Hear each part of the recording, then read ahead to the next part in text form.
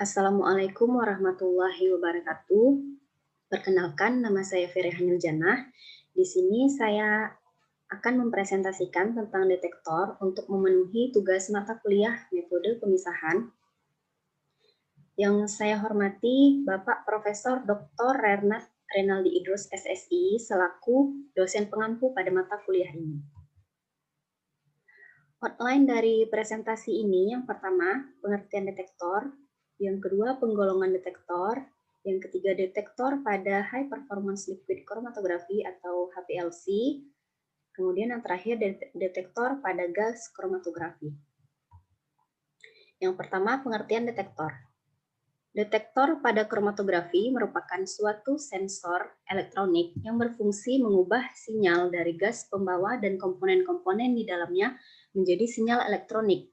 Sinyal elektronik dari detektor kromatografi sangat berguna untuk analisis kualitatif maupun kuantitatif terhadap komponen-komponen yang terpisah di antara fase diam dan fase gerak. Syarat-syarat yang harus dimiliki oleh sebuah detektor adalah dapat merespon dengan cepat kehadiran solut, memiliki rentang respon linear yang luas, memiliki kepekaan tinggi, stabil pada pengoperasian. Kemudian penggolongan detektor. Detektor digolongkan menjadi 3 berdasarkan tanggapan secara umum terhadap sampel, yaitu detektor yang bersifat universal, kemudian detektor yang bersifat selektif, dan detektor yang bersifat sangat selektif. Selain itu, juga digolongkan menurut bentuk akhir atau keutuhan dari molekul sampel yang dideteksi, yaitu yang pertama detektor non-destruktif. Apabila detektor tersebut tidak menyebabkan perubahan terhadap struktur molekul sampel yang dianalisis. Kemudian detektor destruktif. Apabila detektor tersebut menyebabkan perubahan terhadap struktur molekul sampel yang dianalisis, baik karena pembakaran atau karena pemboman elektron terhadap molekul sampel yang dianalisis. Kemudian tentang High Performance Liquid Chromatography.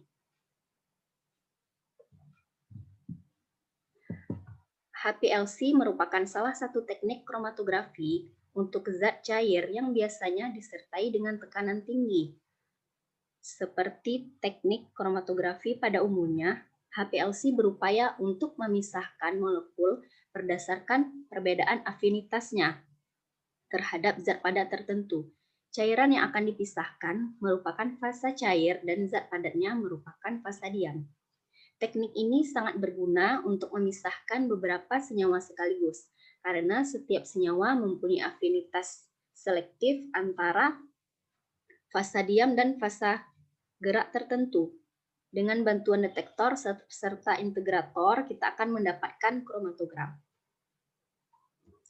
Kemudian detektor pada HPLC. Yang pertama ada detektor ultraviolet atau detektor UV vis. Detektor UV merupakan detektor yang paling banyak digunakan sebagai detektor pada HPLC.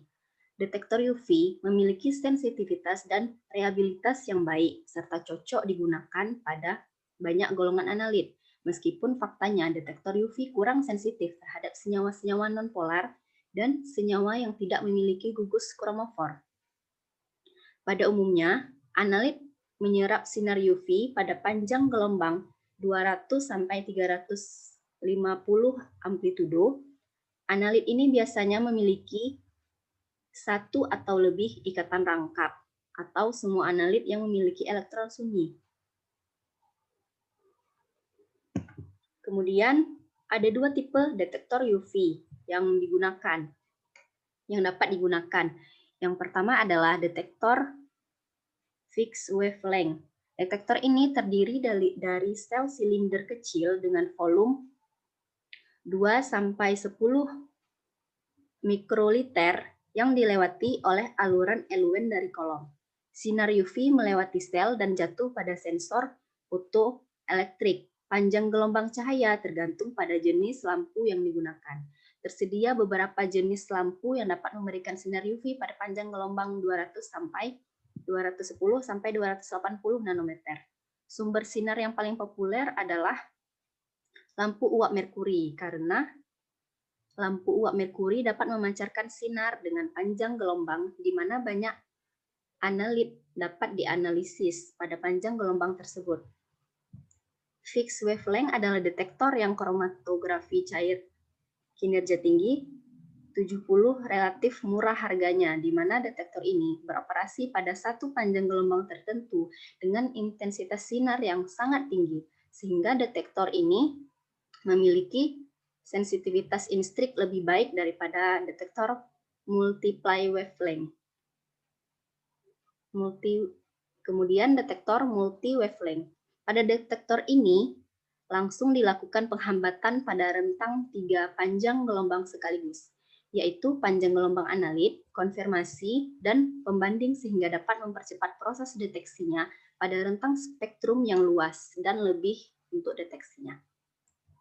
Selanjutnya ada detektor fluorensi. Banyak senyawa yang mampu mengabsorpsi radiasi UV dan kemudian mengeluarkan suatu radiasi emisi pada panjang gelombang yang lebih jauh. Emisi dapat terjadi pada saat itu juga yang disebut peristiwa fluorensi, ataupun pada saat yang tertunda yang disebut sebagai peristiwa fosforisensi. Senyawa-senyawa yang tertunda disebut senyawa-senyawa yang memiliki sifat van der Waals secara alamiah mempunyai struktur siklis yang terkonjugasi, misalnya hidrokarbon aromatis polisiklis.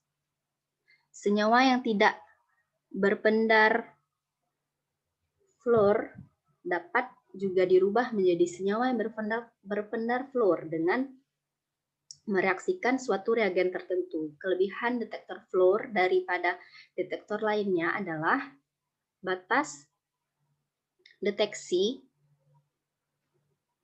yang lebih rendah, selektif dan sensitif, lebih baik untuk analisis kualitatif dan kuantitatif.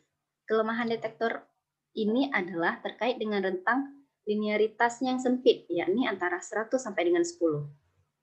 Pemulihan fase gerak pada deteksi fluorensi ini sangat penting karena fluorensi sangat sensitif terhadap peredam fluorensi.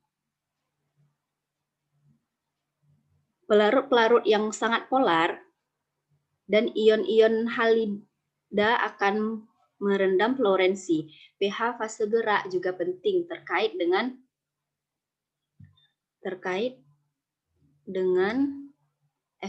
efisiensi fluorensi. Sebagai contoh, kinin dan quinidin hanya menunjukkan fluorensi dalam medium yang sama, sementara oksibarbiturat akan berfluorensi dalam medium yang sama.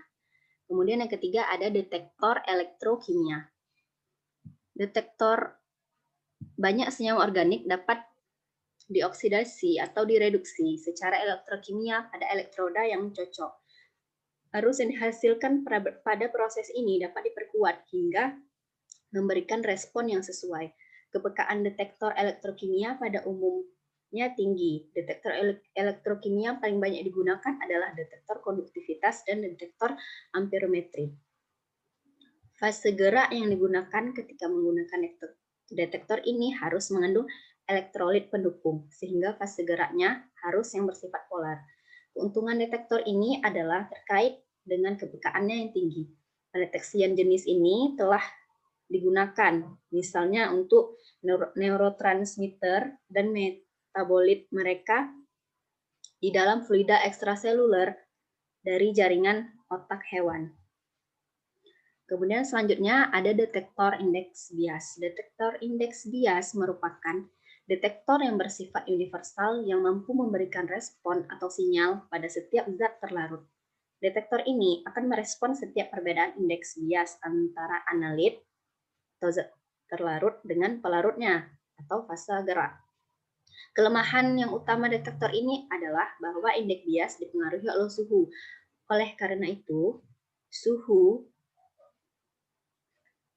fase gerak, kolom, dan detektor harus dikendalikan secara seksama. Penggunaan detektor ini terutama untuk senyawa-senyawa yang tidak mempunyai kromofor. Sebagai contoh penggunaannya adalah untuk mendeteksi karbohidrat baik dalam bahan tambahan tablet atau dalam bahan makanan, serta untuk deteksi asetilkolin dalam setiap optalmik. Kemudian selanjutnya ada detektor spektrometri massa. Sejumlah fraksi kecil cairan dalam kolom dimasukkan ke dalam spektrometer massa pada kecepatan alir 10-50 mikroliter per menit atau menggunakan termospray. Analit akan diionisasikan, dipisahkan pada analisator, dibaca oleh detektor, dan menghasilkan spektrum massa.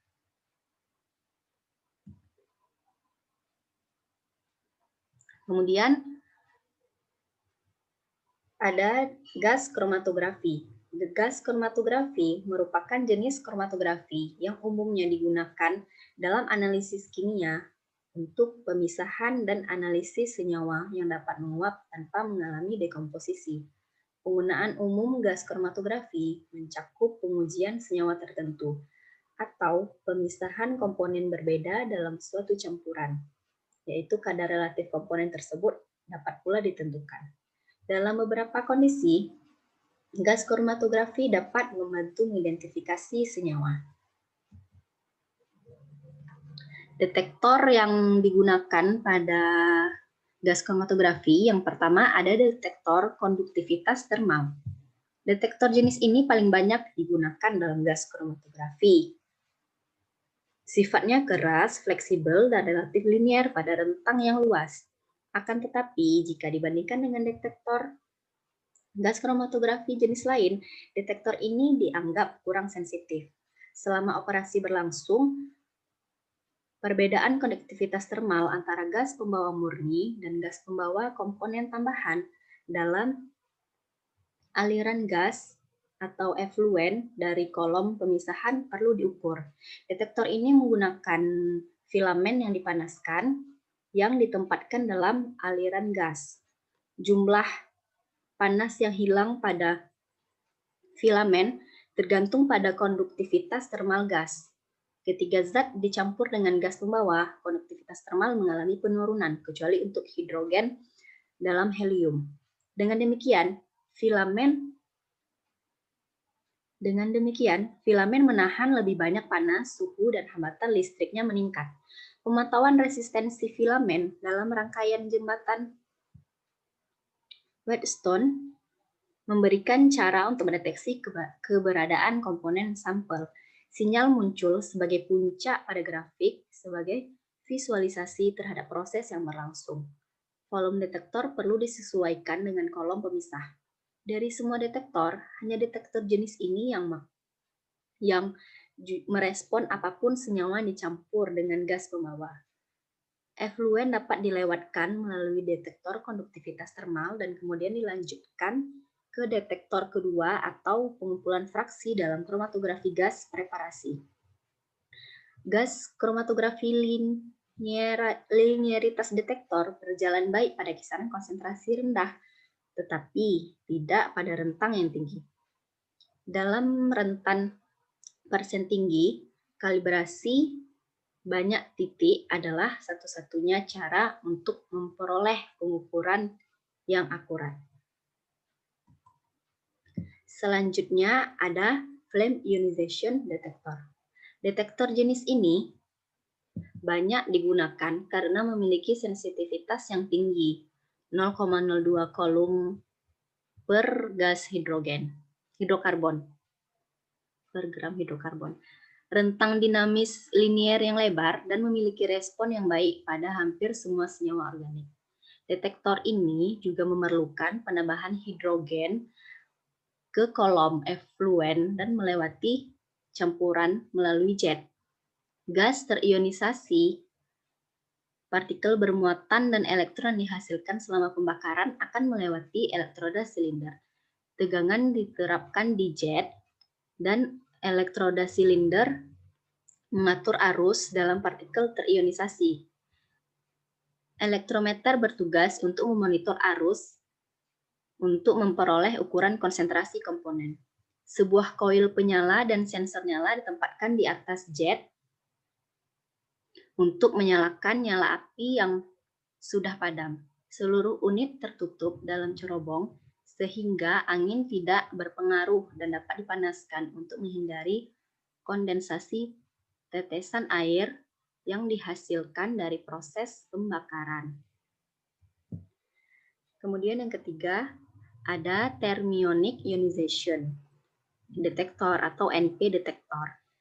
Detektor jenis ini hanya merespon senyawa yang mengandung nitrogen dan fosfor. Pembuatannya mirip dengan FID. Akibatnya, peralatan detektor nitrogen fosfor biasanya dirancang untuk dipasang pada basis detektor tipe FID yang ada. Sumber thermionik berbentuk biji atau silinder yang berpusat di ujung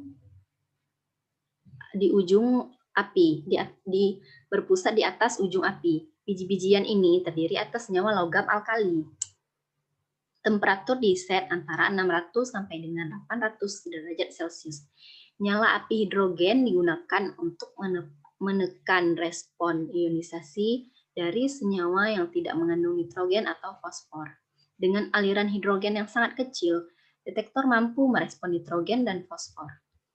Ukuran api dapat diperbesar dan polaritas antara jet dan kolektor dapat diubah. Jika dibandingkan dengan FID, detektor emisi thermionik memiliki sensitivitas 50 kali lebih besar untuk nitrogen dan 500 kali lebih sensitif untuk fosfor. Kemudian selanjutnya ada electron capture detector. Detektor jenis ini banyak diaplikasikan untuk senyawa elektrofilik seperti senyawa nitrogen, teroksigenasi, dan terhalogenasi. Electron capture detektor dikenal sebagai elektroda selektif yang mampu memberikan respon yang sangat sensitif, terdiri dari dua elektroda. Pada bagian permukaan terdiri atas satu elektroda yaitu radioisotop yang mengeluarkan elektron dengan energi tinggi saat terjadi peluruhan. Beberapa senyawa yang dapat diukur dengan detektor ini diantaranya adalah residu dari pestisida terklorinasi, herbisida, dan hidrokarbon terpoliklorin. Selain itu, steroid, amin, asam amino dapat diubah menjadi turunan perfluoro yang dapat memberikan sinyal ke detektor.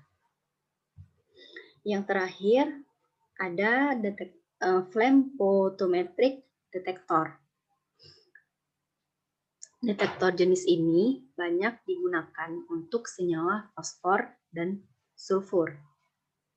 Senyawa fosfor akan mengeluarkan emisi berwarna hijau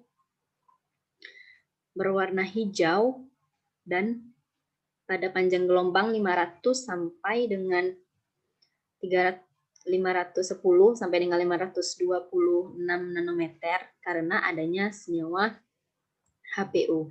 Sedangkan sulfur pada panjang gelombang 394 nanometer.